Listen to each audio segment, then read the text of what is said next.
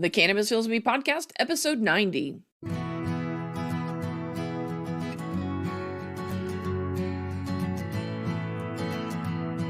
You're listening to the Cannabis Heals Me podcast, where we explore the real stories of real people who have discovered the profound healing properties of the cannabis plant in their own lives. Find more at cannabishealsme.com.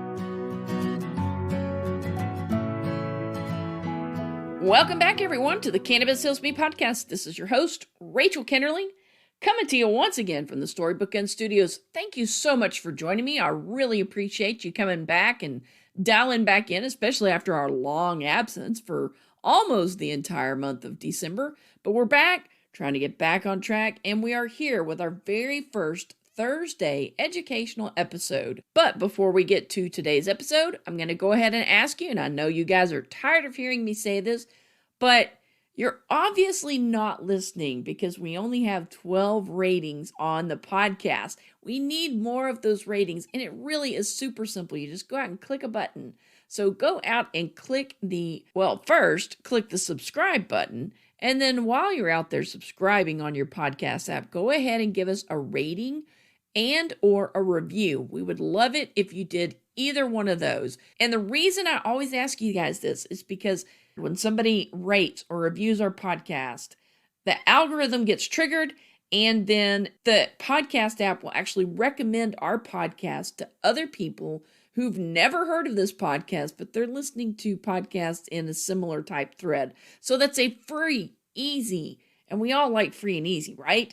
It's a free and easy way for us to spread news about this podcast, to get these stories out to more people. And we really appreciate you helping us out with that. If you leave us a review, I will read it on the air. I'm so thankful for the reviews that have been written so far. So if you write one, I will be more than happy to read it on the air. And if for some reason you're shy, send me an email, podcast@cannabishealsme.com, and I will not read your review on the air. But if you're not shy and you don't send me an email, I'm going to read that bad boy in the air because I want other people to know what is being said about the show. So go out today. Stop procrastinating. Go out today and do me this huge favor. Click on that subscribe button and then go ahead and give us a rating or review. Now, while you're in the mood for subscribing, if you want to go out to our website, you can subscribe to our email newsletter list.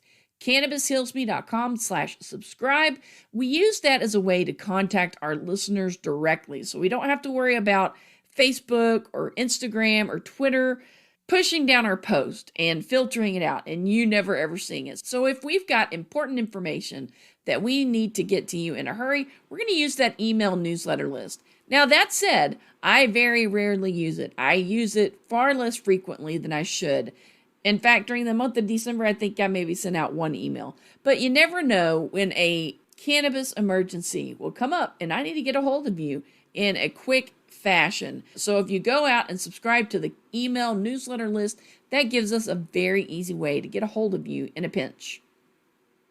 I recorded today's episode with Tyler Colford back in late 2019. And just with all the Christmas holidays, I don't like putting out educational episodes without the healing stories because that's what this podcast is about, is healing stories. So I kind of sat on this, and I hate that for our guest that he came on and talked to me and then had to wait for his appearance. But the good things in life are worth waiting. So he has the honor, of kicking off 2020 as our guest on our very first educational episode of the year and the decade, in fact. Can you guys believe that it's 2020? That is insane to me. 2020. We should have self-cleaning kitchens by now, shouldn't we? I think I've probably mentioned that before. And that just helps you guys realize how much I hate cleaning the kitchen. So anyway, Tyler Colford lives in Vermont, and there has recently been some rumblings in Vermont about passing an adult use bill. And the proposed bill is not that great, according to Tyler. So I had him come on, and we discussed the problems with the bill that he saw. And then, as liberty-minded people are wont to do, we kind of chased a couple of rabbits, but not too far afield. You'll see from today's episode length, we didn't get too far astray on the topic. But anyway, you guys give a warm welcome to my guest today, Tyler Colford. I am pleased today to welcome Tyler Colford to the program. Tyler, welcome on. Thank you, Rachel. Thanks for having me. It's a pleasure. Yes, we are in a Facebook group together in the Lions of Liberty Pride group. It's a podcast that both of us listen to. And you live in Vermont, and, everybody was all excited because a new legalization bill, recreational bill, had been proposed in Vermont. And you basically came on and ripped it to shreds. So I was going to have you on to talk about kind of what your problems with the proposed bill are. I'm very dogmatic in my beliefs, I guess, or principled, rather. And that means I'm hardcore Murray Rothbard aspect, and I guess it would be like an anarcho-capitalist. Although, strangely enough, I run for state office and stuff, so I'm a walking contradiction there. But the main things I have with the bill all basically promote the black market. The regulations that are burdensome for smaller companies, which are just going to make a monopolization. There can only be like one license per business, so you can only get like a license to grow. You couldn't grow and process.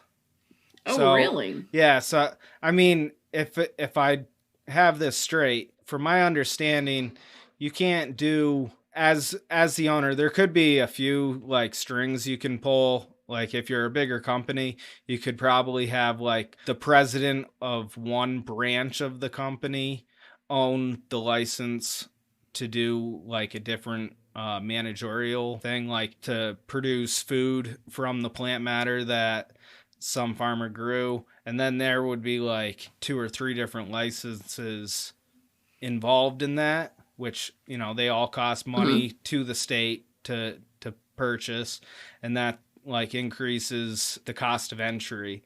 And then depending on how you build your infrastructure of the business, I'm pretty sure it's hard for you to grow and produce the flower, or grow it and just sell the flower yourself. So you can't do one and the other. And I just feel like that's restrictive and will cost a lot of money.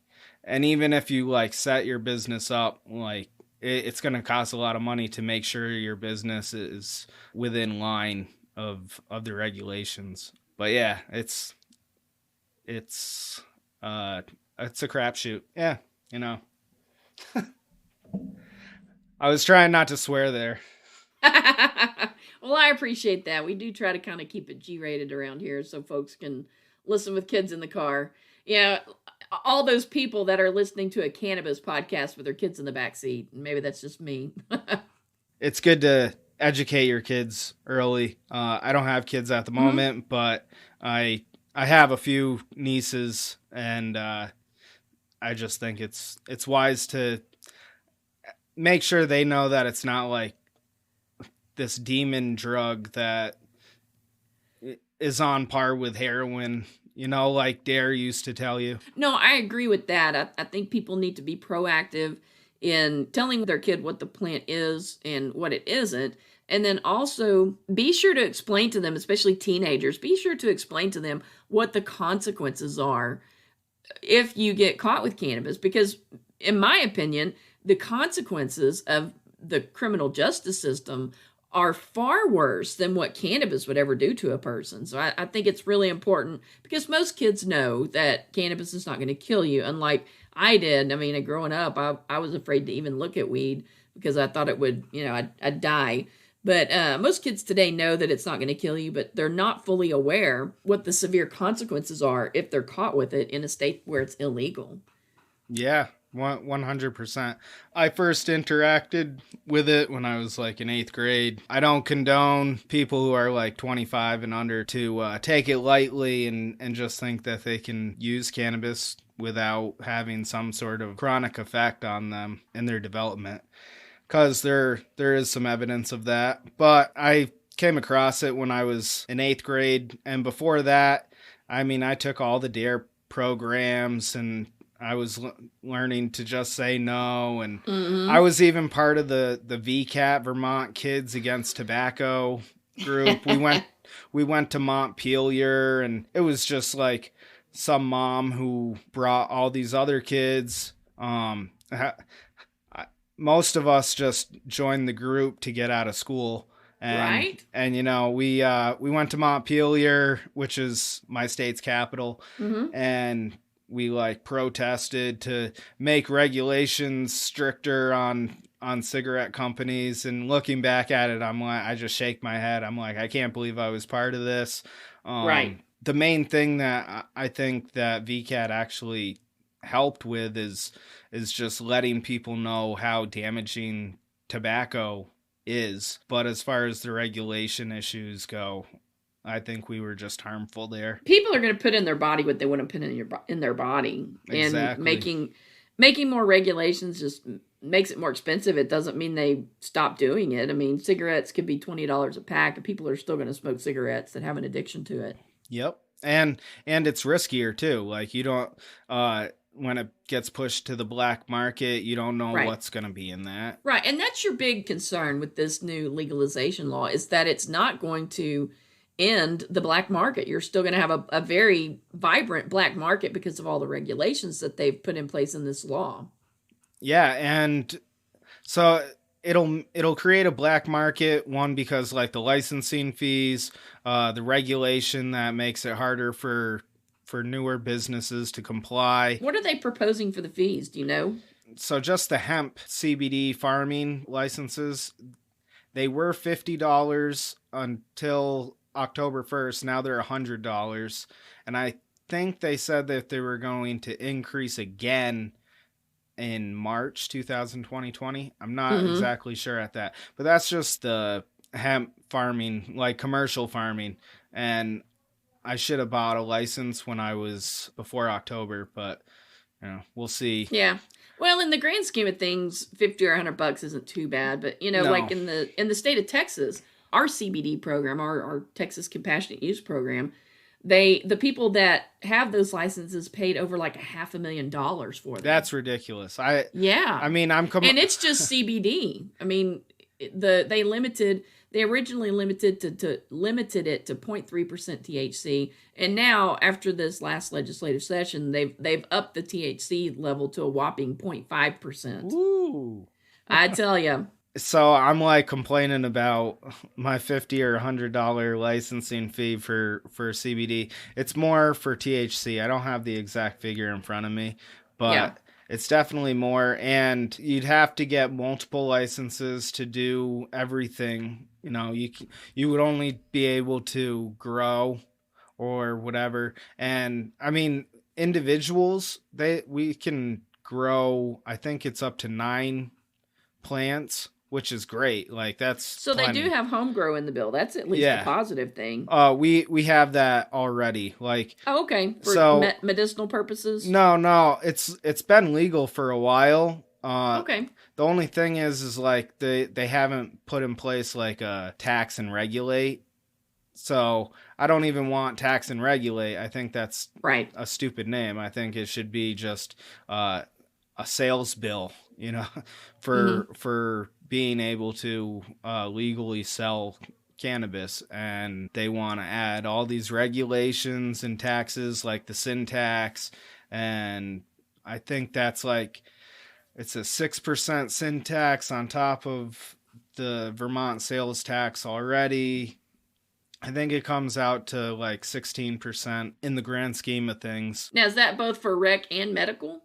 Medical is exempt of sales tax. But they're still going to have to pay the sin tax?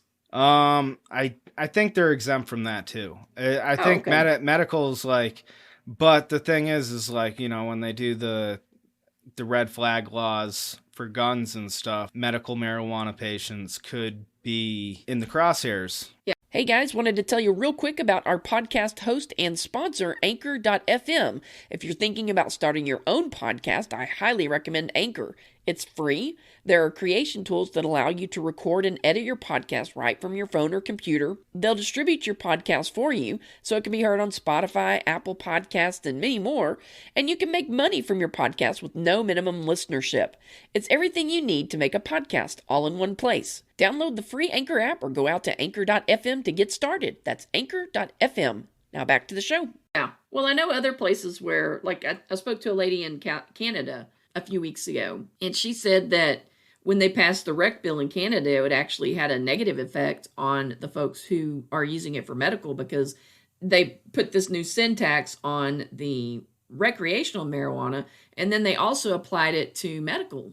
Yeah, that's unfortunate. I'm pretty sure that Vermont medical patients are exempt from paying any sales tax. Mm-hmm. I'm pretty sure that's the case. Again, I don't have any of the figures in front of me, but coming from memory, I'm pretty sure that's the case. Is they are completely exempt from any sales tax.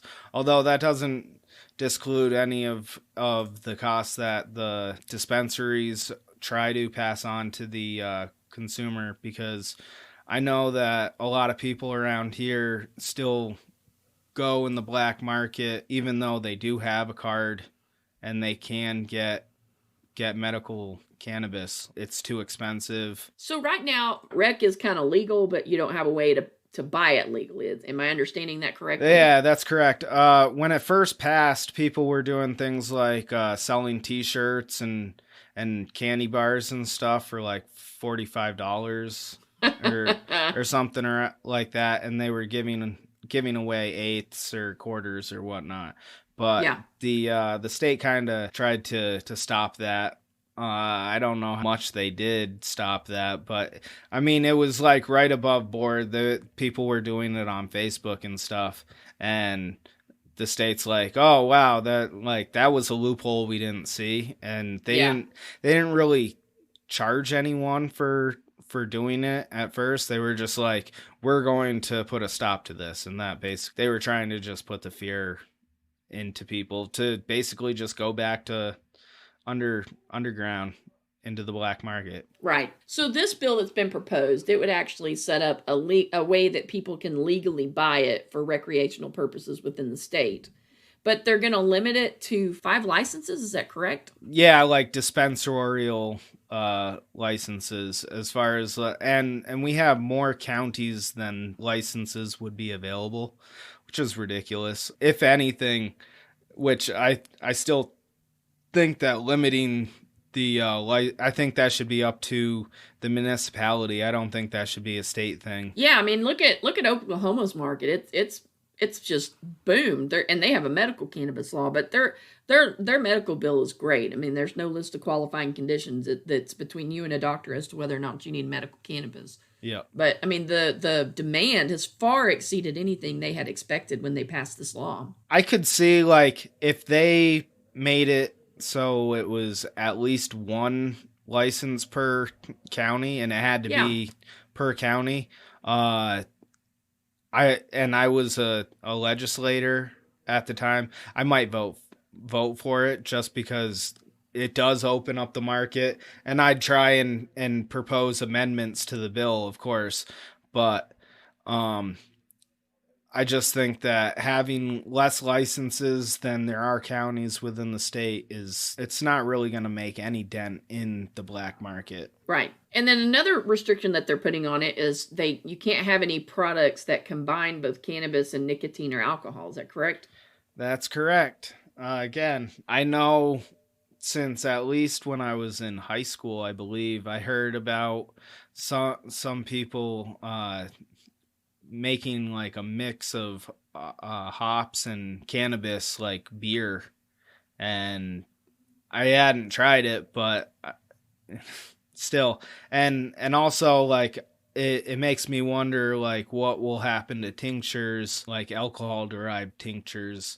Mm-hmm. Like, would they be able to use alcohol to process, or would they have to go another route? Like, is it just forcing them into another, like, I think alcohol is probably the cheapest way to go. Otherwise, you're going into like highly combustible, and not to say that alcohol isn't, but like a higher chance of I can't speak that well. Combustibility. Yeah, whatever. I'm gonna combustibility, or I don't know. Yeah, that's the way you say sure. it. I don't know. We'll just make up. That. It'll be a Brianism. Shout out to Lions of Liberty. That's right. if that's the case, it's just going to force more people into producing products at a higher risk to themselves and at a higher cost. So again, it's going to open up means for the black market to thrive. And it looks like another restriction that they're putting in place is that the solid concentrates cannot exceed 60%. So, I mean, that would affect people that need like full extract cannabis oil. A lot of people that have cancer or other critical conditions, they need that full plant extract. Is that something, I'm assuming that's something that law would affect them, right? Yeah, and I don't even understand how that like made it into the bill. You must have people who And it doesn't, I mean, it does it not to exceed 60%. 60% what? yeah, well, I'm sure they mean THC, but you can only assume. Right. But the thing is, there's a lot of vape products that are at like 97% already, whether or not you get it through medicinal means or if you find them on the black market. The thing is I think like there should be labs that are open to the public so people can just take their product in and get like a small sample tested. And most of the vaping problems that have arisen are from products that are on the black market. Right. And, I can see a lot of development and innovation in this industry that doesn't even have to do with like the plant itself, the consulting, the insurance side. Mm-hmm. Like right now there's a lot of problems with the banking and stuff. And yes. I feel like IBC's infinite banking concepts could actually, step in and kind of help in that industry because they are regulated, but they're not as regulated as banks as far as like this FDIC thing that prohibits banks doing business with like federally illegal drugs or companies. Right. What I mean. I know what they've got a Safe Banking Act that's passed the House, and now they're trying to get it through the Senate that would allow the states where it's legal, allow these companies access to legal to banking. I mean, because they complain about this black market and they complain about people not paying their fair share, but it's like, well, I can't even take my money to a bank when I'm a legal entity. So, I mean, it's really difficult for these companies operating in the legal market. I can't imagine trying to run a business with strictly cash. That would just be insane. Agreed. But I just think that like IBC has a place in this industry, and I hear like Robert Murphy talking about it a lot on his Laura Murphy report or something like that. They talk about IBC all the time. I just actually got whole term life insurance myself. I mean, it is going to take a couple years before I can actually utilize it like an IBC. Going back to the article, I wanted to bring up a couple other exceptions that you took to this law. And there's a clause in there about detecting impaired drivers. Does that mean like the people that work in the dispensary have to be able to spot whether or not someone is impaired when they come in to purchase cannabis from them?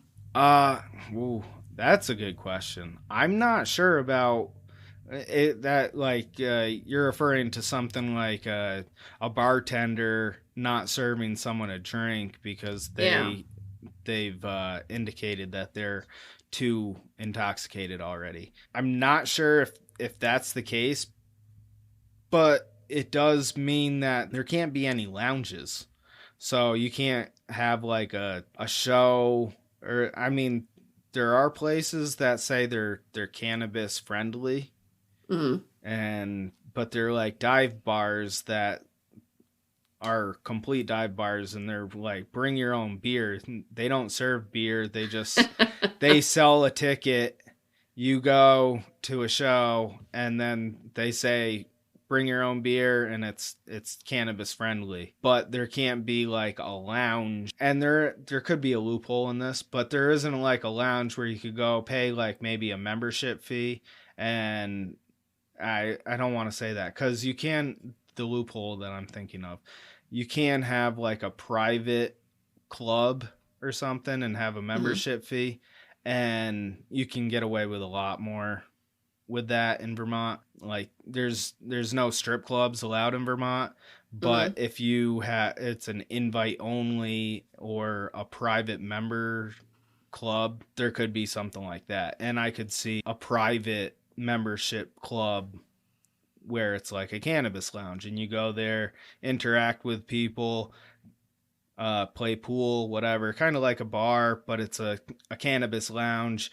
You might pay like a monthly fee, and then you get like some cannabis at the bar for free per entry or something like that. And then you might have to pay for extra. I don't know. I'm shooting from the hip from there. That's a loophole. But you wouldn't be able to have a cannabis bar where they're like selling per bong hit or something like that. There's smoke and floats, but I'm pretty sure those are kind of illegal. We have like a semi-white rapid river. It's like Vermont, Massachusetts border, and people go there. It's kind of like a flea market for everything cannabis, and you can like go hang out, smoke some reefer, and float on a tube down the White Rapids and stuff. It's kind of cool. I've never been. I've been to those rapids, just not while there's a smoke and float, but it sounds great. But yeah, it's just, I don't think, like, I'm not sure about if you go into a dispensary and they're like, oh, you have red eyes, dude, you smoked in the last half an hour. I don't think there's any repercussions written into the bill for like a dispensary clerk, I guess you would call them. A bud tender. A bud tender? Okay. Yeah. I think I have heard that actually. I should have. But yeah, I don't think there's any like repercussions on them like there is with the alcohol law. But the thing is like when it was just decriminalized, not legalized, and you got pulled over and you were smoking a joint or whatever, and you had 2 ounces or less in your car, they'd take your weed, give you a $200 fine, and send you on your way. And that's it. Now, if they pull you over and you're smoking weed, you got 2 ounces or less in the car, you keep your weed, they might take your roach, but they'll give you a DUI. Oh, wow. And they'll take your license, and you'll have to go through crash, and that's like $700. And then you'll have to reapply for your license, and there will be a fine of like $1,000 or something. Do they have like a roadside test like they do for alcohol impairment? I mean, obviously you can't do a breathalyzer, but does the officer check to see if you act like you're impaired, or the fact that you're smoking while you're in your car means you get a ticket automatically? Yeah, so I think at the moment they don't do like roadside sobrieties. They do have the option to extract blood, but you have to agree to it. Please never do that. But yeah, the fact that you're smoking it will at least give them more grounds when they bring you to court. So they're gonna automatically just give you the DUI. It'll be in your court to try and defend it. So you're guilty, and you have to prove your innocence. Now, in Vermont, do they have any facilities that can test to see if that's marijuana or if it's hemp? I think they have 2 facilities, but like, so you mean if they no, they have 1. Yeah, they have 1 lab that tests plant matter. Okay. And that's the thing is I think there should be, though, I think there's a huge market for labs. Testing labs. Well, and the reason I asked that, because in Texas, they legalized hemp in this last legislative session. And in doing so, they kind of legalized small amounts of cannabis, because there aren't any labs in the state of Texas that have the ability to test whether a product meets the definition of the 0.3% for hemp versus cannabis or marijuana. So I didn't know if in the state of Vermont, if they had labs that the state has access to that can test the THC levels. They have 1 licensed lab of mine from what I remember. They Yeah. have one licensed lab, and that's pretty interesting what you brought up is like, since there's no labs to actually test for it, then they can't really get anyone on small amounts of cannabis. Now, there's some counties that have decided because of that to stop processing small amounts of possession. But then in more conservative counties, they basically just try to bluff the people into admitting guilt. But if you keep your lips zipped, they have to prove that it's marijuana as opposed to hemp. Correct. And that's the reason why people need to know their rights and need to know how to talk to cops or interact with. Not talk. Yeah, that's what I mean. Interact with cops if they are put in that situation. Well, I think that's another important things that we as parents, or those of us who are parents, should talk to our kids about and let them know these are your rights. You don't have to talk. You have the right to remain silent.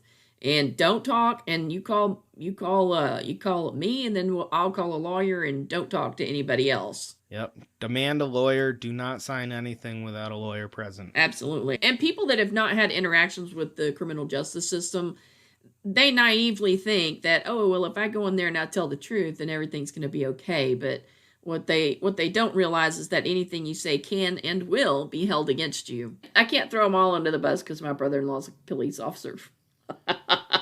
I've had so many negative interactions with cops. It's just I've been fortunate. I think probably by the fact of being a female and then maybe being in the South that provides me a different perspective. But I still, knowing what I know now and about my rights, I would not volunteer any information to anyone if they were questioning me about a crime. That's for sure. Well, Tyler, you mentioned that you are running for state senate in Vermont. How can people find out more about your campaign? So they can go to tylercolford.com, tylercolford.com. I have letters to the editor there. I need to update it a little bit. I'm gathering signatures right now. I have a bunch of signs from last election. I got about 14%, which we have 2 seats in the county. And to win, I need about 30%. So I was about halfway there. Yeah, and that was your first time running, yes, correct? Exactly. First time 14% running. 14% is pretty good. Are you running as a libertarian? So funny enough, first time I ran as a Republican, but it was a write-in candidacy.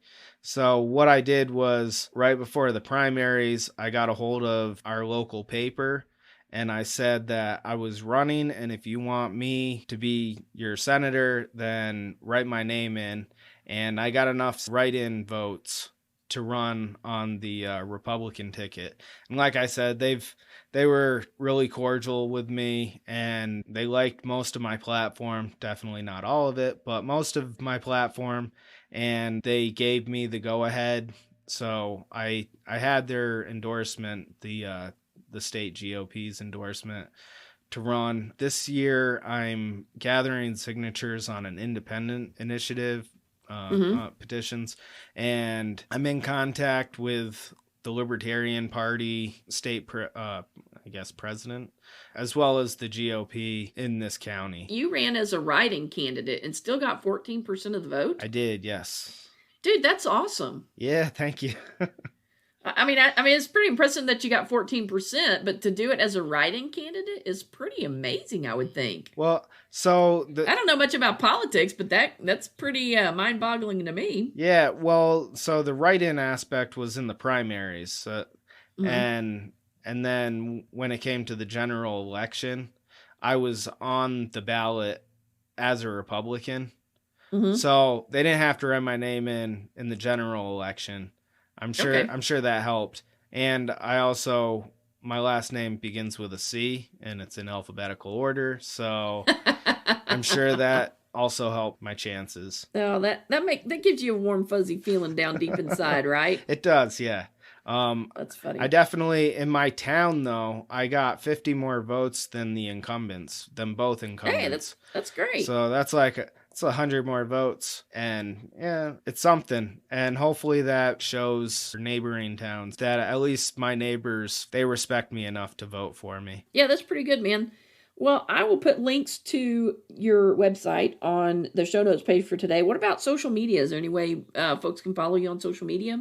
Yeah, they can just look Tyler Colford on Mm-hmm. Facebook, or Crypto Man, KRYPTOMAN. I'm not sure if that's Instagram or Twitter. I'll send you all the links. Or it's Okay. Flotilla the Hun. FLOWTILLATHEHUN. Okay. Flotilla the Hun. Yeah, those are just my rap names and stuff. I'm gonna be dropping a new song. It's about justice reform. It's basically like get rid of all the victimless laws, and that'll completely decimate the jail populations and Yeah. decrease the taxpayer cost to house all the prisoners and stuff. I'm pretty sure it's gonna be called hashtag Free Ross, after Ross Ulbricht, who is serving 2 consecutive life terms for a victimless crime, basically just setting up a network to allow people to exchange unanimously through Bitcoin. And Yeah. I mean, it's ridiculous what happened to him. So I'm going to release that soon, hopefully within the next couple weeks. And I'm going to donate 50% of whatever I get to the Ross Ulbricht initiative. I believe that's what it's called. So I just wanted to throw that out there. Yeah, when that thing drops, send me a link, because it may be a couple weeks before this episode comes out. Okay. So when that thing drops, it may drop before this episode releases. And if it does, send me a link to it. And even if it doesn't, send me a link and I'll put it on the show notes page for this episode. All right. Yeah. I do have a cannabis themed song called Buddha Burner. I'll send you the link for that now. Oh, awesome. But yeah, it was great to be on Cannabis Heals Me, and maybe I could have you on one of my shows sometime. I have a couple like irons in the fire. But what? yeah, That didn't sound like a libertarian at all. You get a side hustle? Yes. I'm trying to go after the John Odermatt 7 streams of income. You gonna sell plexus too? I tried doing that. I gave up. John's a little more low key with it, but hers was every day there was a plexus post. I'm like, oh my gosh. I just want to see pictures of your kid. That's probably what people think about me posting stuff about cannabis too. It's like, shut up and post pictures of your son. Yeah, I want to see the cute little kid. I don't want to see like some rantings about cannabis laws, weed and victimless crimes and foreign policy. We want to talk about the important stuff. Yeah. Well, every time I get the chance, I always want to mention at least like Murray N. Rothbard or Ludwig von Mises or something. And that's actually why I'm running for office. Like, it's cool that I got 14%, and it'll be even cooler if I make it to the state house. What I really want to do is platform to the Austrian economists, and they definitely have ironed out a lot of the principles and why they're good foundations and why they work. Understanding human action is essential. Like, I wish everyone, I don't want to force anyone to do anything, but I wish everyone had learned Austrian economics. I mean, they don't learn economics of any sort in high school, unfortunately. No. The most I got was, here, try and buy some stocks and we'll see how you do. Yes, and I always sucked at it. I'm like, well, there goes my thoughts of being a stock mogul. Yeah, I'd always pretend to buy stocks that were like, I was very into video games, and so I always would buy like video game stocks, developers and stuff. They always lost money. Sounds like the cannabis industry. I think the only people really making money on cannabis are the people that are providing ancillary services to the industry. And I'm working on an ebook that touches on all that. Like, I have a table of contents. I have most of the first and second chapters done. It's the different aspects of the industry that I need to iron out. It keeps on evolving. Like, there's a whole lot of innovation happening, and it's fast. It's really fast because it was so bogged down by regulations and that the fact that it was illegal, that it's already in the modern era. So as soon as it became legal, like, it just hit the track and just went full speed ahead. I think we're going to see just some amazing discoveries come out. And there's already amazing work being done in other countries like Israel and the such. But, if we can get the U.S. fully on board and get the government out of it, then we're going to see some stuff just explode. Of course, the pharmaceutical companies aren't going to be very happy about it, but it's going to be great for patients. For sure. Yes, I believe that wholeheartedly. Well, Tyler, thanks so much for coming on. We'll drop links to everything we've mentioned today in the show notes. I'll see you on the Lions of Liberty page. All right, great. Thank you, Rachel. Thanks for having me. Yeah, my pleasure. Have a great night. All right, you too. Bye. Bye. Show notes for today's episode can be found out at cannabishealsme.com/90. Thank you so much for listening. If you're listening to this episode on a Thursday, and if you live in Lufkin, I expect to see you at the Cannabis Advocacy Workshop that is going to be at the Civic Center at 5:30 today. I hope you'll come out. You're going to learn some great information. Heather Fazio with Texans for Responsible Marijuana Policy and Jax Finkel with Texas NORML are both going to be in attendance. They are going to drop some great knowledge on you and tell you how you can become an advocate for cannabis reform in this state of Texas so that people do not have to leave the state in order to get access to their medicine. I would love to see you there. If you listen to the podcast and you come up and say hi to me. I'll be the fat chick that is, probably sweating because that's what we do when we're fat. Anyway, I'd love to see you there. You guys have a great weekend, and thank you so much for listening. Please tell 3 people about the podcast. Peace out. Hit the subscribe button and you'll never miss an episode of the Cannabis Heals Me podcast. If you enjoyed today's show, please consider leaving us a 5-star rating on Apple Podcasts, Google Play, or whatever podcast app you're using. Do you have a suggestion for a guest on Cannabis Heals Me? Send an email to podcast@cannabishealsme.com. We'd love to hear from you. Please do not take any information from Cannabis Heals Me or its guests as medical advice. Contact your licensed physician before taking cannabis or using it for medical treatments.